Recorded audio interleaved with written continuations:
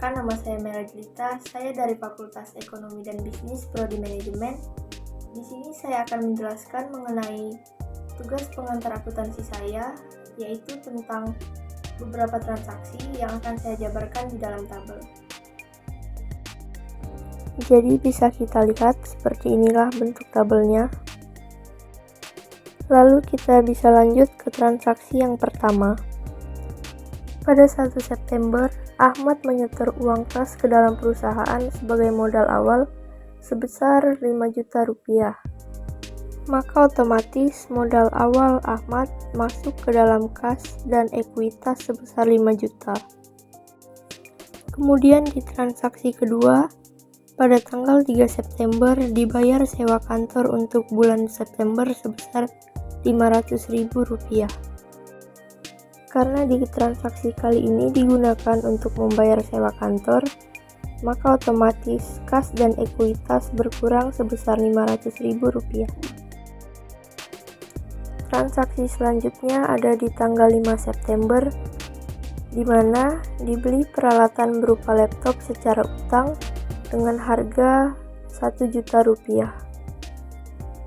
Oke, karena di tabelnya tidak ada keterangan peralatan, maka kita masukkan di perlengkapan. Dan karena membelinya secara utang, maka utangnya bertambah sebesar 1 juta.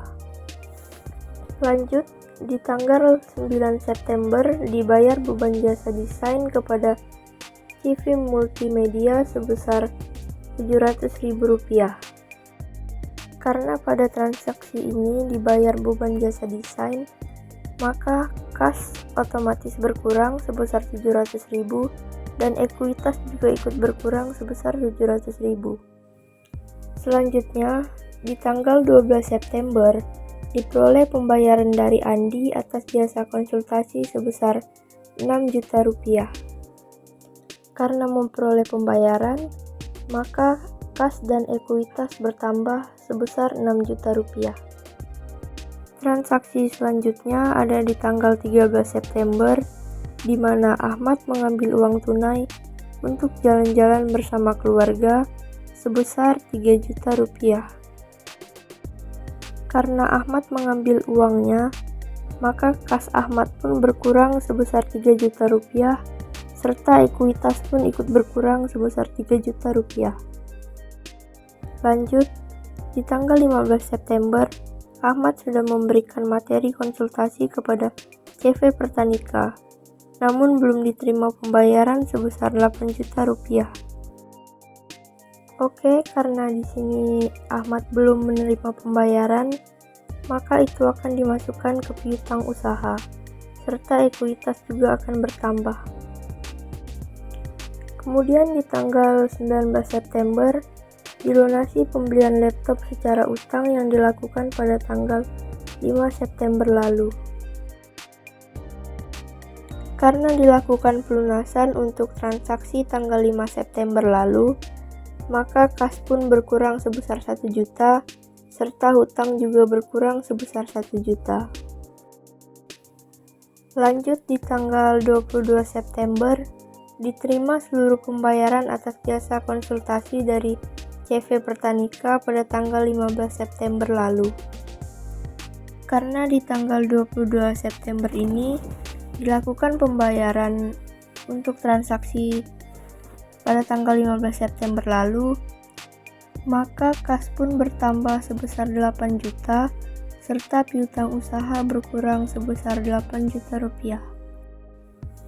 Lalu pada tanggal 29 September, dibayar beban internet sebesar 1.500.000. Dari transaksi ini, otomatis kas berkurang sebesar 1.500.000 karena digunakan untuk membayar beban internet, dan ekuitas juga ikut berkurang sebesar 1.500.000. Terakhir, pada tanggal 30 September, dibayar gaji karyawan sebesar 2 juta rupiah. Oke, ini sama seperti transaksi yang terjadi sebelumnya, di mana ia membayar beban gaji sebesar 2 juta rupiah, maka kas berkurang sebesar 2 juta rupiah dan ekuitas juga berkurang sebesar 2 juta rupiah. Dari transaksi-transaksi yang telah kita jabarkan dalam tabel berikut, maka kita dapat memperoleh saldo akhir dengan menambahkan kas, piutang usaha plus perlengkapan, kemudian itu sama dengan utang ditambah dengan ekuitas. Selanjutnya kita akan menentukan hasil dari sebelah kiri dan sebelah kanan, apakah itu seimbang atau tidak.